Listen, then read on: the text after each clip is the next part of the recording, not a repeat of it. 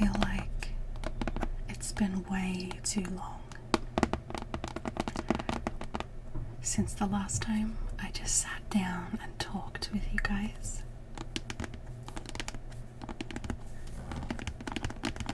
So that's what I'm gonna do. I'm so honoured that you're here with me right now.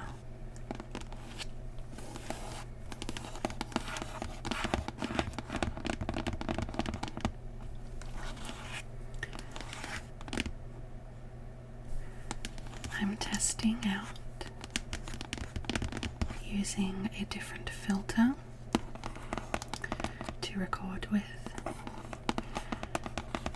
It's changed the colours quite drastically, but I think it has a beautiful quality.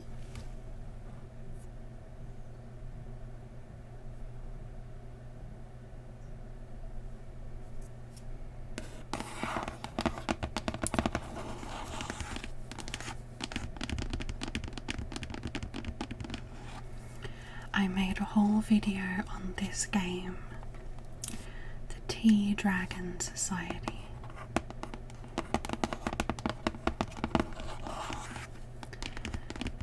But today I have just some different boxes to tap on.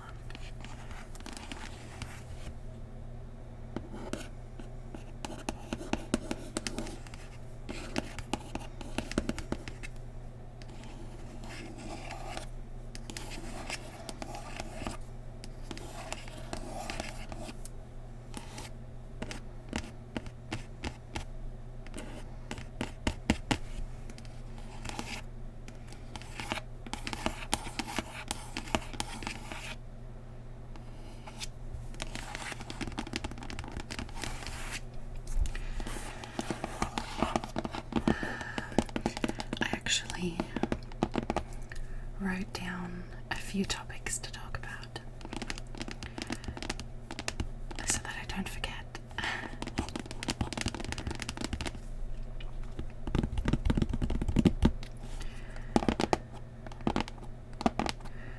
It feels a little bit odd to kind of structure a conversation like that, but sometimes I find it hard to be more spontaneous, so I hope that's okay with you.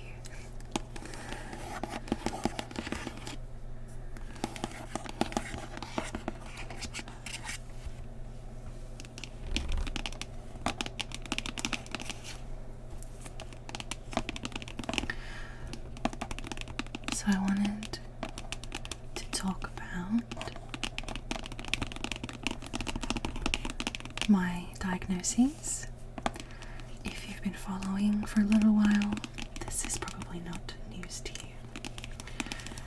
So I wanted to kind of just give another update on how everything is going.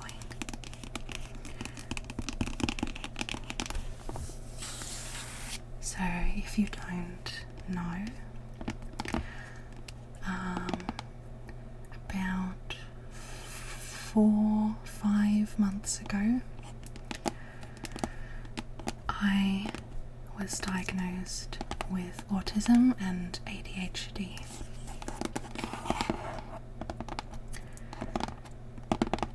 And I've made a few videos talking about it since then.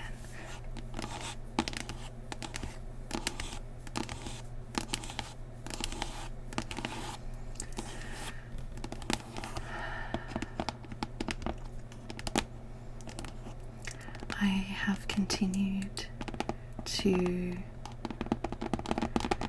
recognize these things in myself. It's the same story I've heard over and over from lots of women who have been late diagnosed, that I've just suppressed and masked and my whole life. And so now I'm learning how to undo the masks in a way that feels comfortable, like it's my decision. And I've just been learning to embrace myself, and it's been so powerful. I am so much less anxious than I used to be.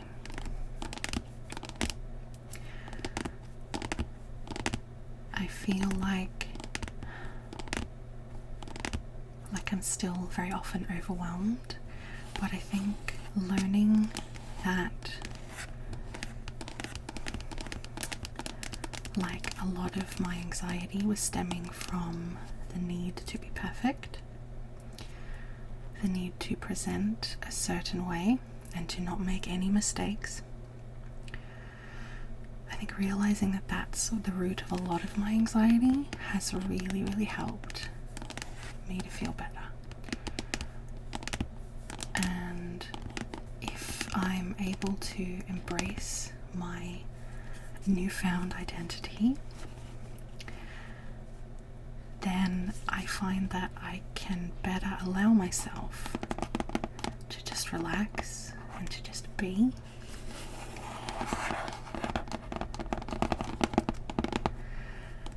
It's hard for me to find the words.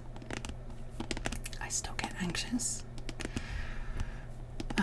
In my diagnostic assessment, the psychologist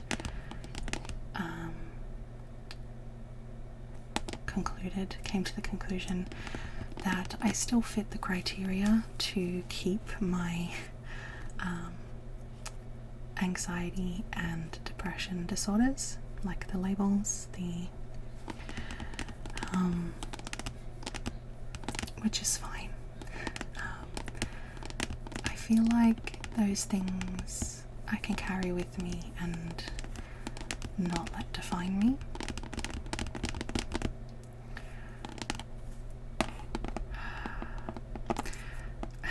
You should see how hard I'm squinting right now, trying to find the words. Whereas autism and ADHD, I do feel define me, and everyone feels differently about this. And I know some people don't want it to define them, which is absolutely their choice. How you feel about it is so valid. But personally, I feel that these diagnoses, like my conditions that I'm living with, it relates to everything I do. Everything.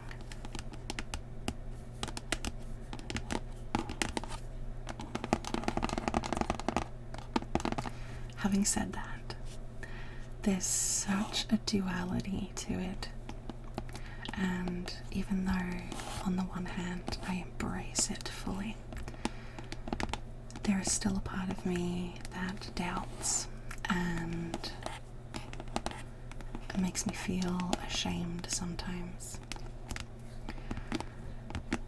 And it's something I'm working on. It's okay for it to just exist for now. But, I'll just slowly work through it.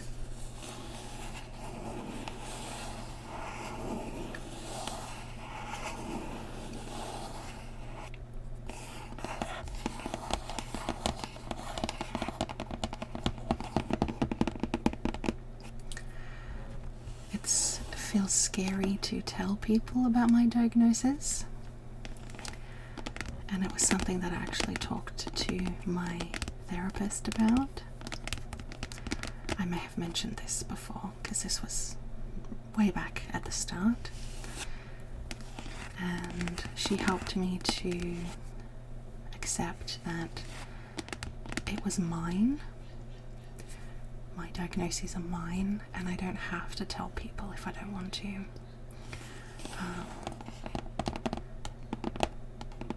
because I'm such an open person, it kind of felt like it was going against my nature to not tell people, but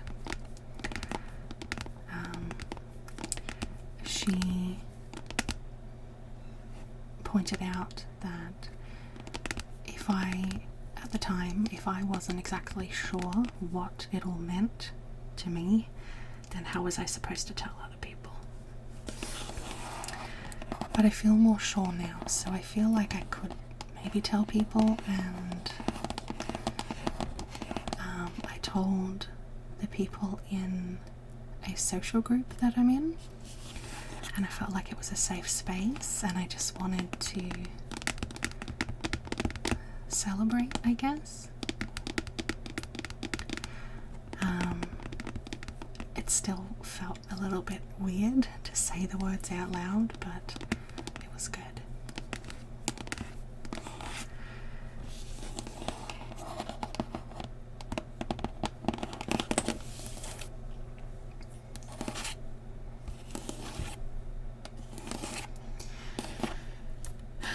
Something that is a little harder to talk about is, it's still something really good, but it just ties into the doubt aspect, and that is that I am applying to receive some government disability funding, which I'm pretty sure I am eligible for now. It's called the NDIS. I feel most of you probably won't know about it, but here in Australia it stands for the National Disability Insurance Scheme. So it'll basically help me to live an independent life that I otherwise probably wouldn't get to have.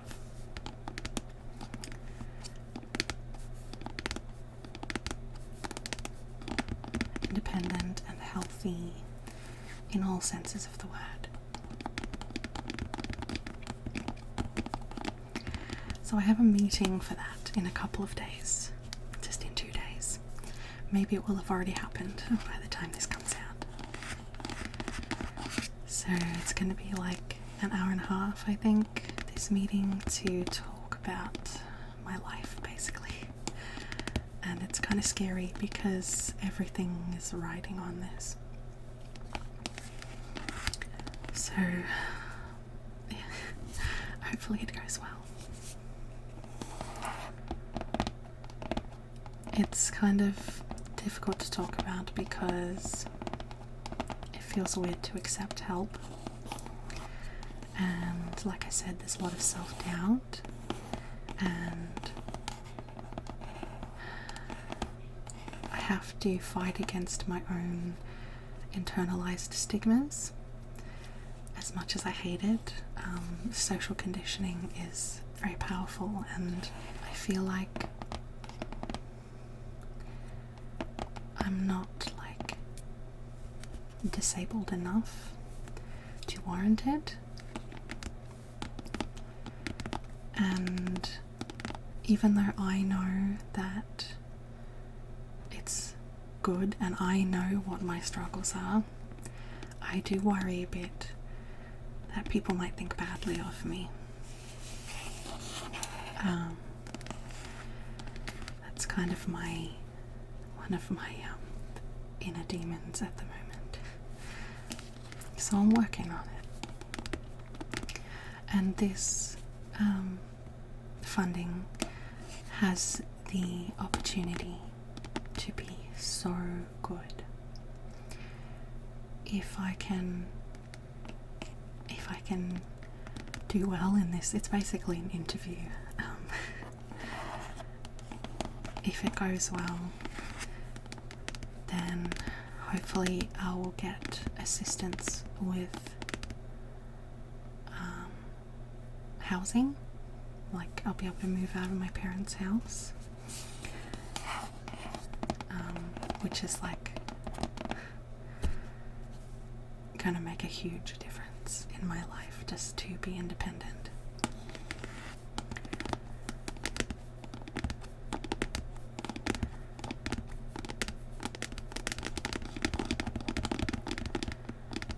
It might mean that I get my own support worker.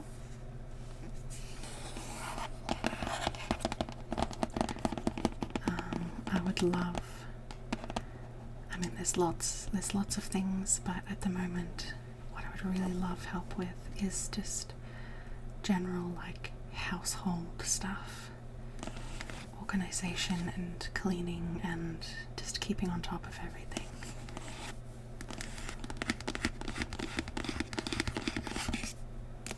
Because if I can do that, then it'll give me space to really do what I love to do, both physically, literally, and also in my mind.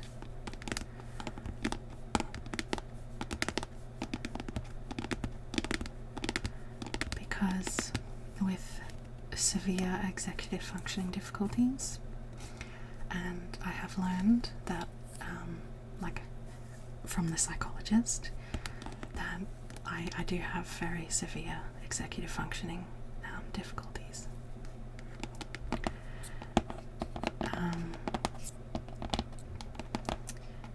The slightest obstacle can just be impossible.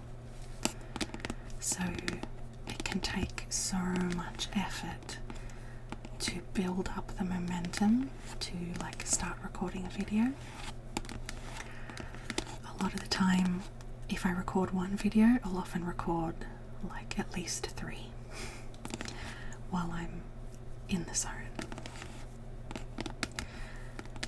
So I can build up all that momentum, and then if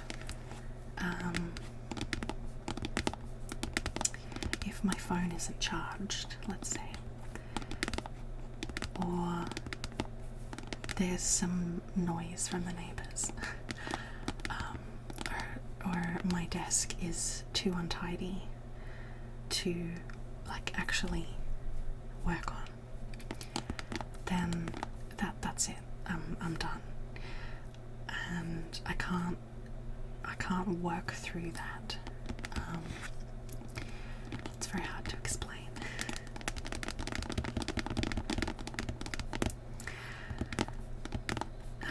But yeah, I keep noticing, sorry, going back to like my original thought, I keep noticing more and more behaviours that I'm like,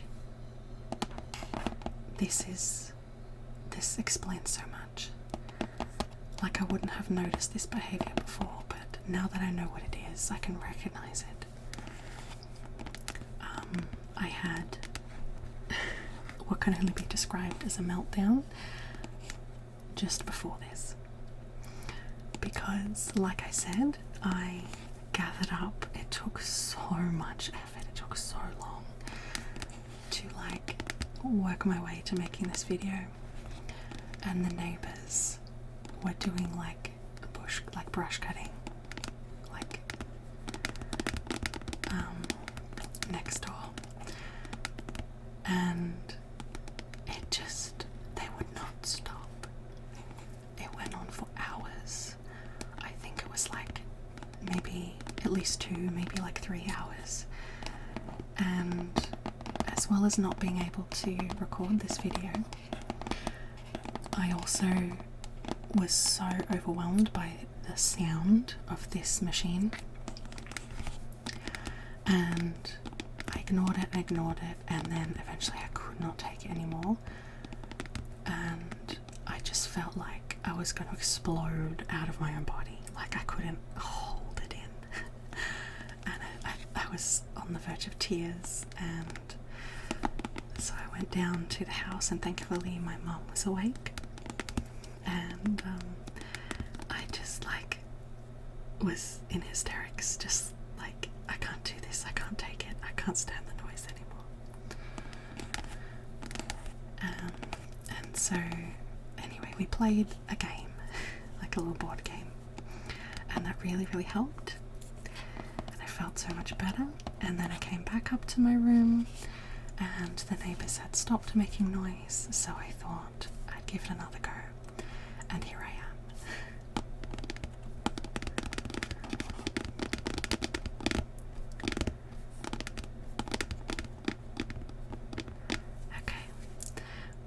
It's been like 20 minutes, so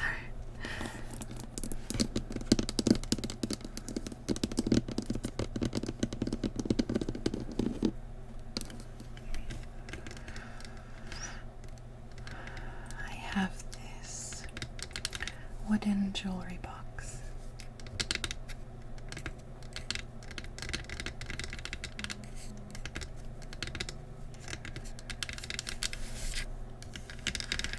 Makes lots of different sounds, and I think it's so good. I had someone request a whole video with this box, and I haven't forgotten. Hopefully I will do that sometime. But for now, I thought I'd get included here. How weird is that sound? But really cool, right?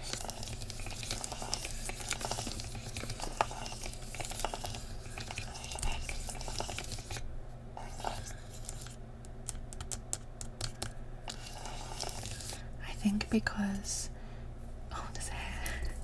I think because these nails have a matte finish, they make like a swooshy sound.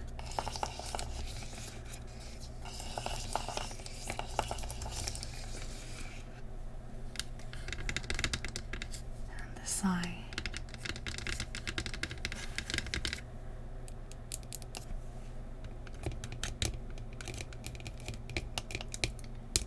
It's a bit awkward.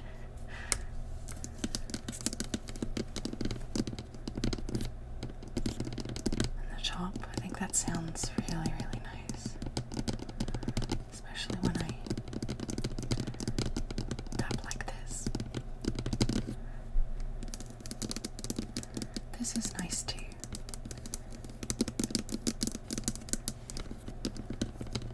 But I really like this.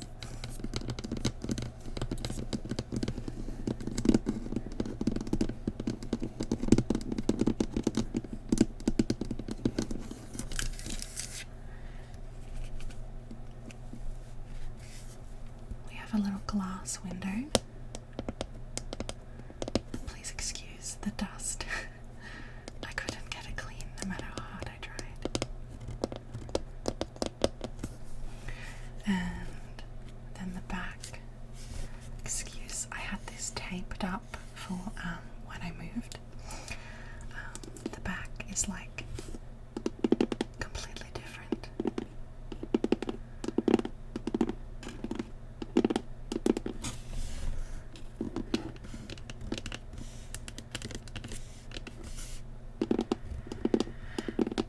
Okay, so you might have seen that I got a new car, and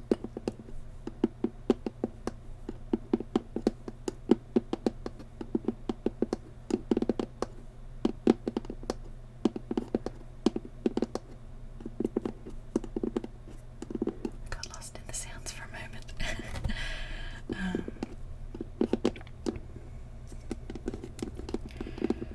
Gosh, completely blanked.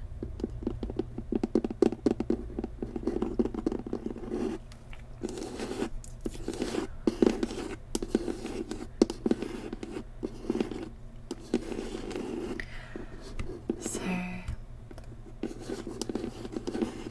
I think I said in my car video that I wanted to kind of tell you the story about it, but I had the echo on and it was windy and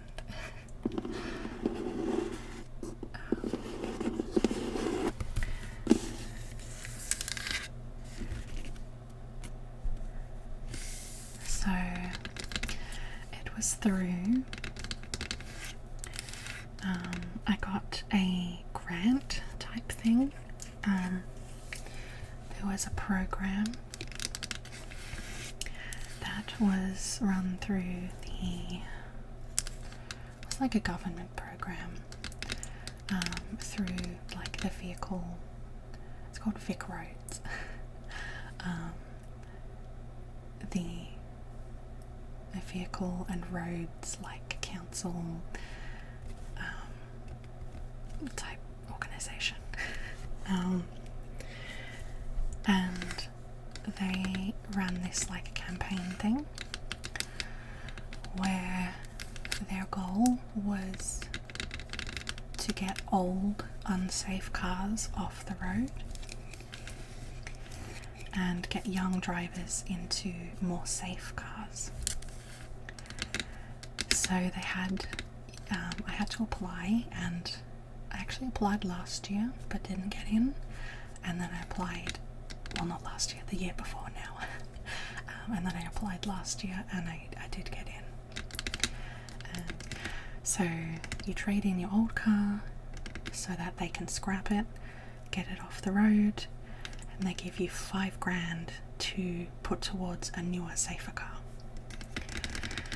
So it's an awesome program, but also it was so difficult. The criteria that you had to meet, or that the car that you're looking to buy had to meet, was so tight, and it was also just so overwhelming. My goodness, salespeople are exhausting. I flat out told one to go away. No, that's not exactly true. I had found what I thought was going to be my car, and then me and my sister were walking just back through the different lots, because they were like a whole bunch next to each other.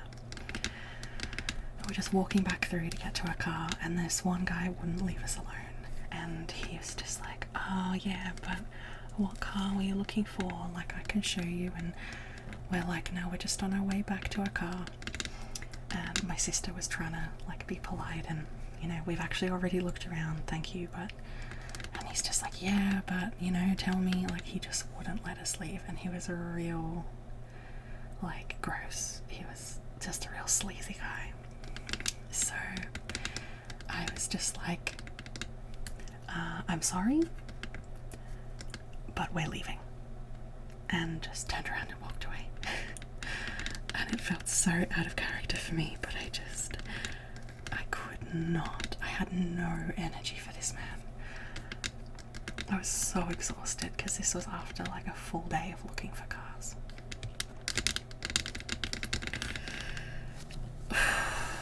No one prepared me, guys. No one prepared me for how much work it is to buy a car.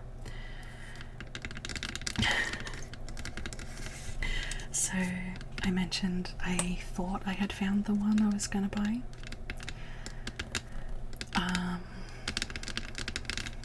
I really loved it. It was a Kia Sportage 2017.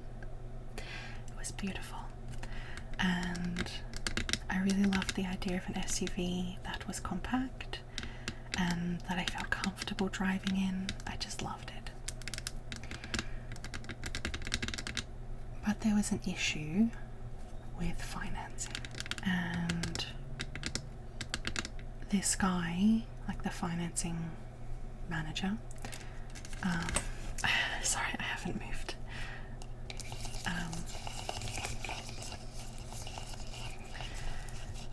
We were on the phone, and then he said, okay, I need these documents from you. Can you go, like he sent me, he's like, I'm going to send an email with the documents I need. Can you send them to me, and I'll see what I can do. So I do that, and it probably took me maybe an hour to get everything sorted, and then I didn't hear from him.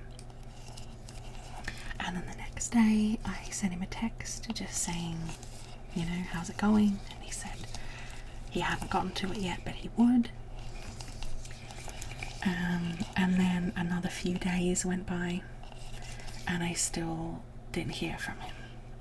And I tried contacting him again, and he just didn't get back to me at all. And then over that weekend, we saw on the website that that car had been taken down, so it had been, looked like it had been sold to someone else. And so I was like, I fully had to grieve, because it was such an emotional process, and I was so emotionally invested in this car, and for them to just kind of like turn around and really disrespect me, that was really, really painful. And I know that, like, that's kind of what a lot of sales people are like, but you know, it still hurt. And so I actually grieved. Like I just had to really go through the emotions and process the emotions for maybe like a week. And I even called the company, which I was shaking, like I was so anxious. I was actually shaking, but I wanted to call them and just be like, what happened? Like, I was ready to buy this car, where's it gone? And this guy that I spoke to, it was someone else, you know, said, oh, like, so sorry about that, and then proceeded to try and sell me another car instead of actually taking my complaint seriously. So I was pretty mad. But as you might know, it all worked out pretty okay.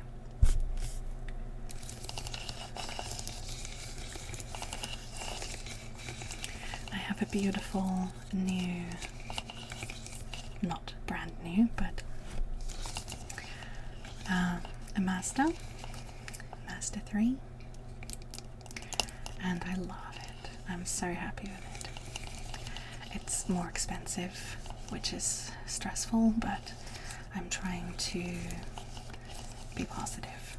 And it had the previous car, the Kia Sportage, it had done I think 170,000 kilometers. So you generally can get maybe like 300,000 at a push. So it was kind of over halfway of its lifespan, whereas this new car that I got, it had only done 50,000. So yeah, pretty happy with it.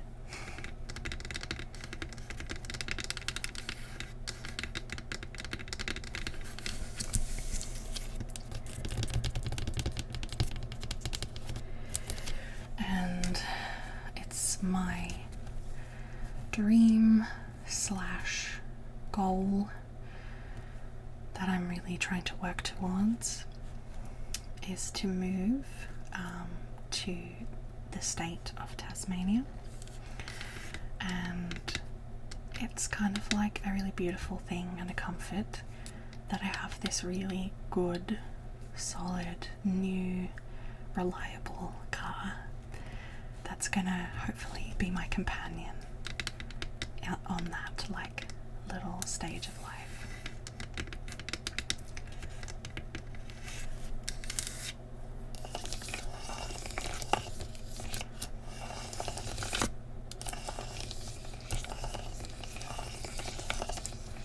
This is turning into a very long video.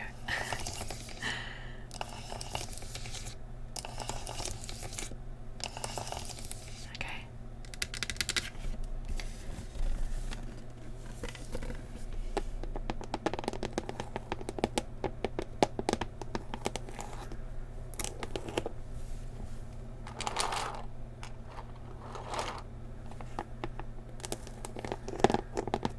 something exciting.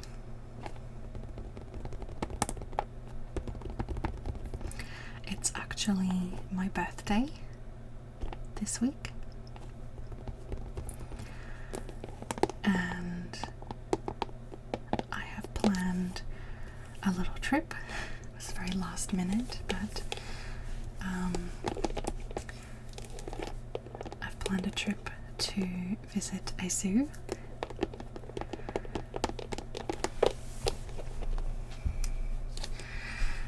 And it was something I kind of had in my head maybe I wanted to do, but I thought it was just too hard. I thought maybe I was asking too much of people, but my family really encouraged me that I should just go for it. Like, if that's what I wanted to do for my birthday, then we'd try and make it happen. So I think we've succeeded.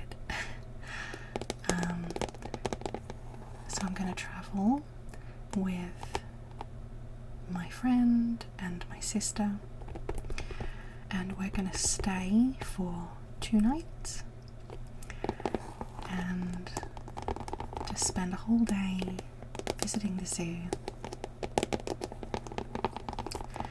It's a African themed zoo. It's one that I've been to as a kid once, but I can't really remember it.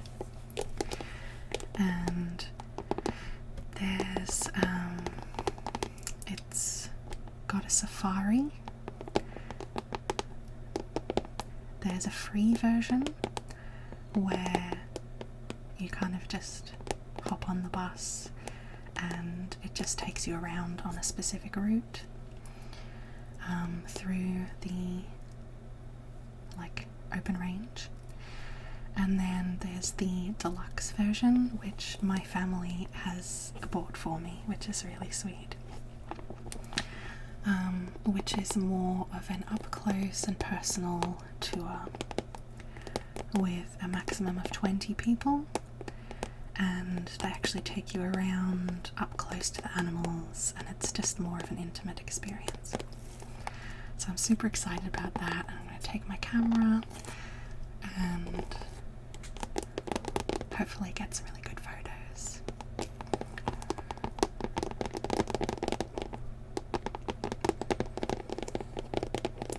And one of my brothers and his fiance are going to join us for the day at the zoo, because they live closer to it, so they can just kind of come for the day, which is going to be really nice.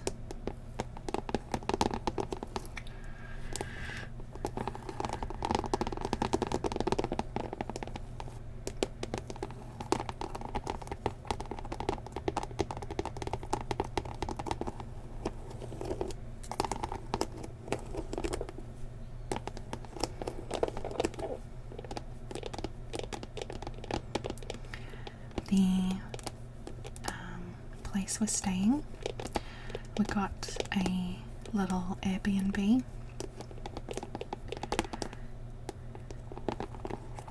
and it's like on a farm, and it's kind of like one side of the house, so it is still part of the house where the owners live, but it's a fully self-contained portion.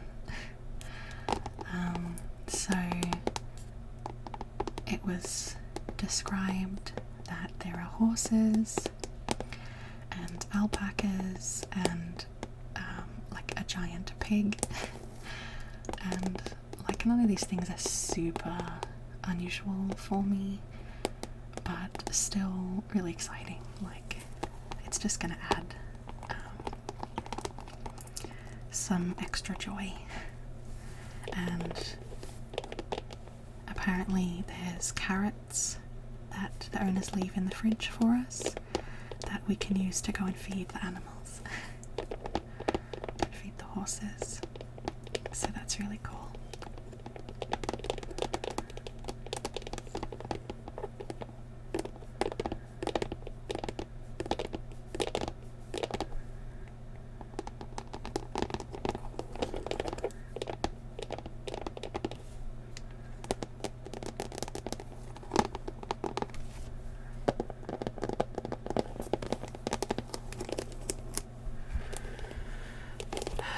What else have I got?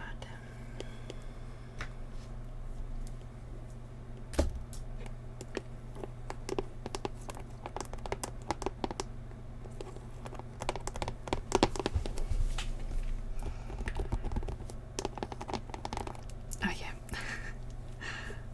A random story. Like 4 nights ago, in the middle of the night, and I'm trying to sleep, a bug flies into my ear, and it was honestly one of the worst experiences of my entire life. It's pretty funny to look back on, but at the time I was severely distressed. I kind of knew that it had flown kind of like into the like shell of the ear, and then I thought it left. Like I thought I got rid of it, but then I'm lying there trying to sleep and I can still hear this like little buzzing, and oh, I can still feel the feeling. It had actually gone like deeper into my ear, like in like and was just buzzing around. That's the dog. Woof, woof, woof. So, gosh, what's she barking at?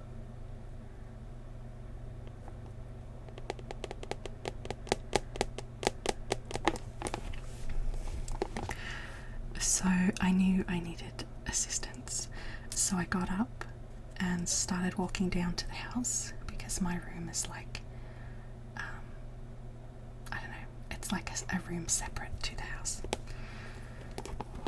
And so I started walking down there, and the movement must have like stressed the bug out as well, because it started just going mad in there. It was just like buzzing around. Please excuse the dog. And thankfully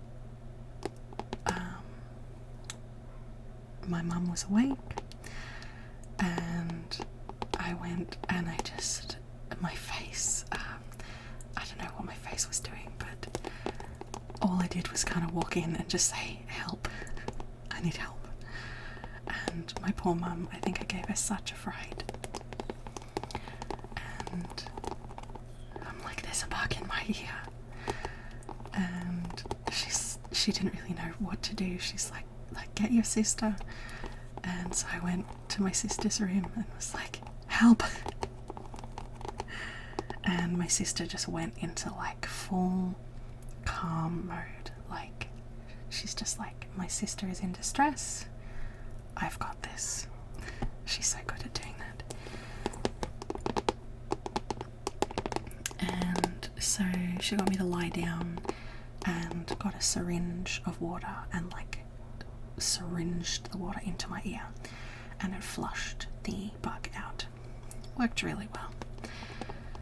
But I was hysterical by this point. Tears were streaming down my face.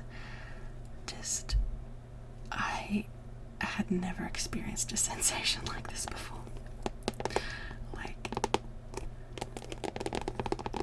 it was like all of my defenses were gone. It like had been breached. My defenses had been breached. And I think with my noise sensitivities as well, like that really didn't help.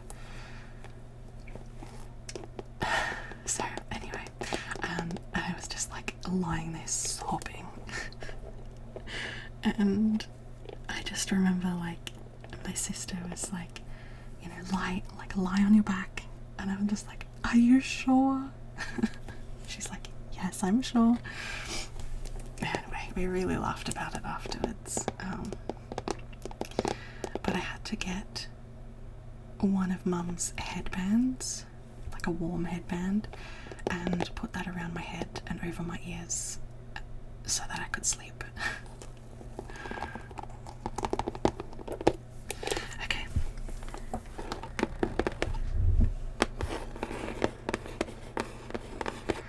You might recognize this from a video I did as well.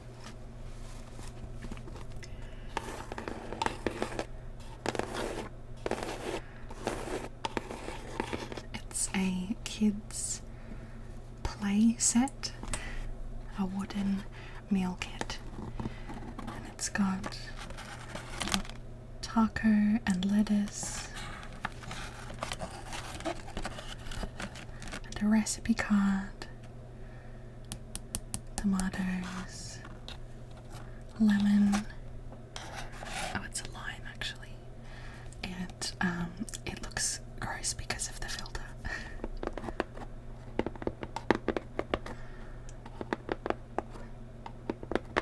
So my last topic, I wanted to talk about my sewing for a little bit.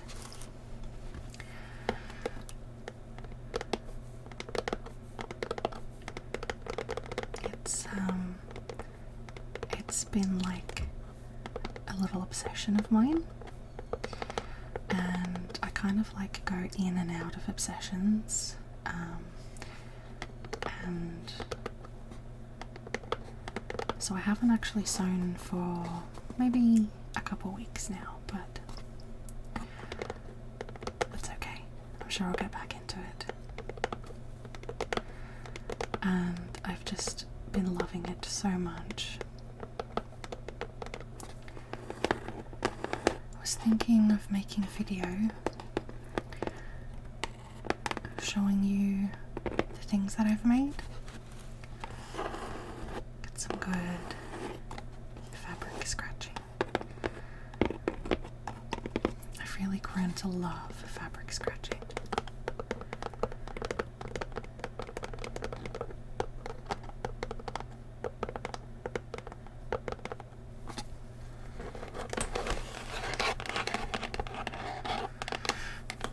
So I've made a few jackets and a couple of dresses, a few dresses, and a couple of tops. Yeah.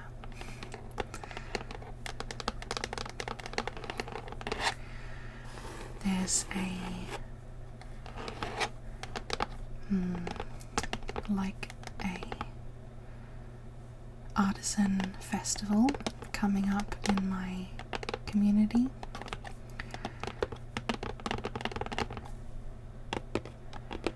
with a market and demonstrations. So handmade artists who make handmade things can sell their stuff or show how they make stuff, and I was super excited to apply to be part of it. I wasn't sure whether I would do any sort of demonstration, maybe not, but at least show some of the things that I've made.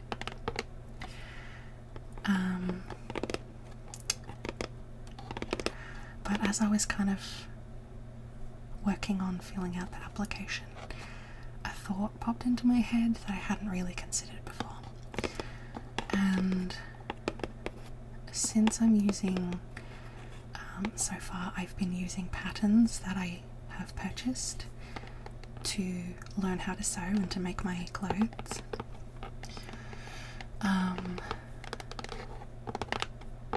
I kind of just assumed that because they're commercial patterns and because I bought them, I thought, I kind of just assumed that I could then do what I wanted with them. But actually on the patterns, they actually have a copyright saying not for commercial use, like for home use only. So I can't sell those things that I have made, like those jackets that I've made. So that was quite disappointing, and that hasn't helped with my sort of creativity motivation.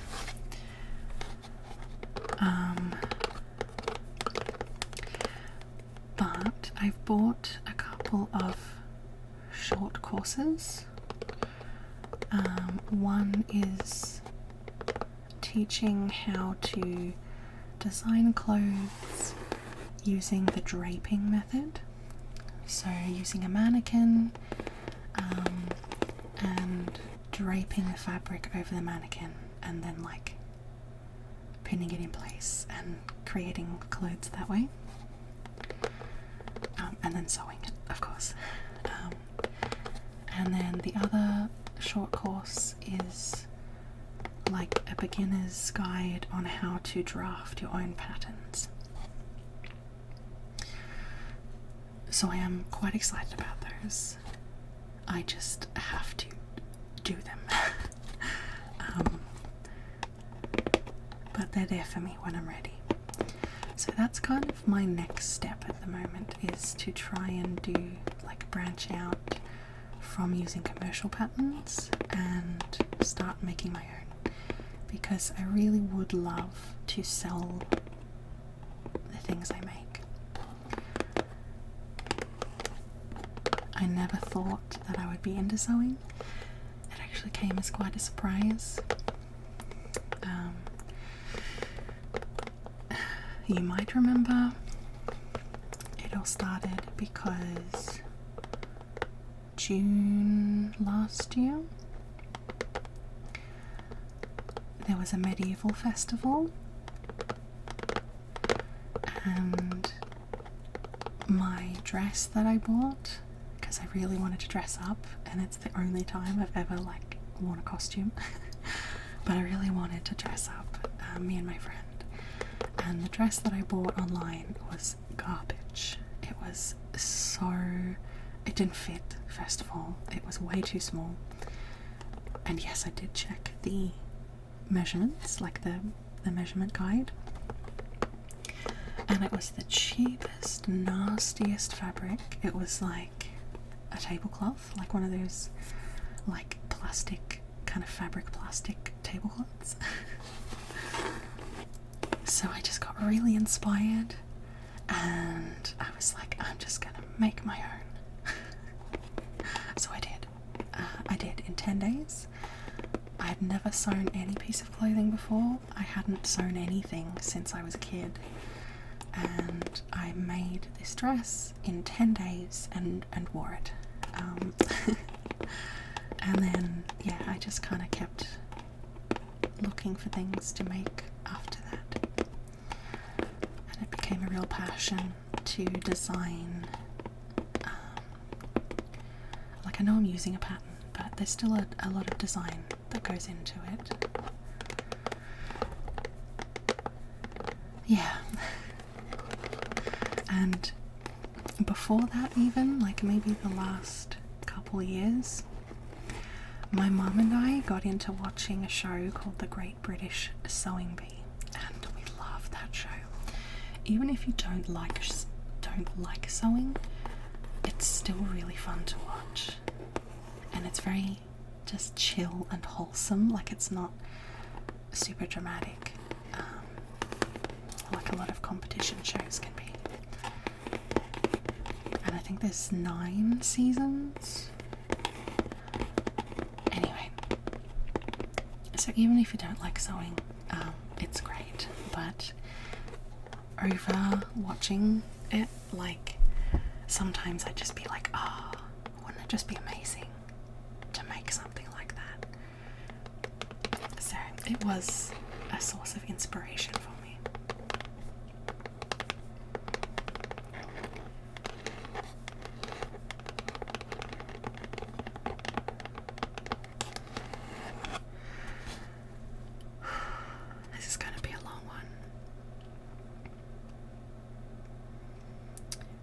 recording for over an hour, and I'm quite tired actually. But I feel good. Like I said, I think it's been too long since I've just chatted with you, and yeah, it makes me feel good. So thank you for listening. If you have sat and just watched or listened to this whole thing, I'm so touched. Thank you.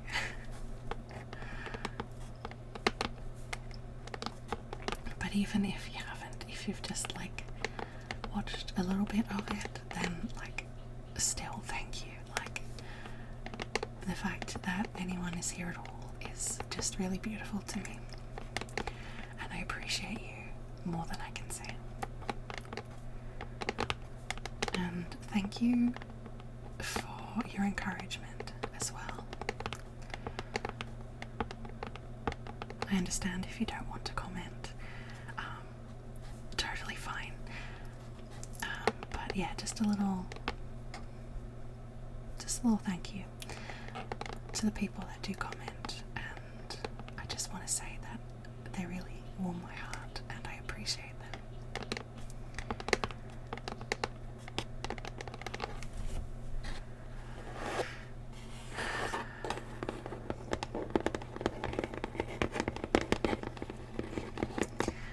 I hope you've enjoyed the sounds, even if you haven't really listened to my random rambling. I hope the sounds are okay. I really love boxes. They're a personal favourite of mine.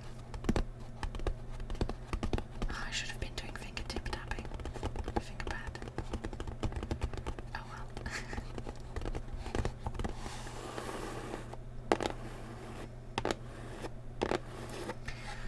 Okay. Much love to you, my friends. Please take care of yourselves. Stay safe. Stay compassionate. Stay open to ideas, to possibilities, to the world.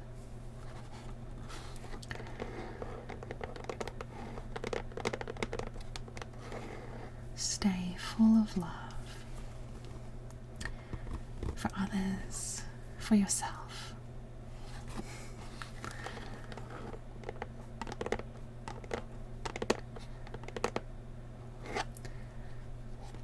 I'll see you later. See you later.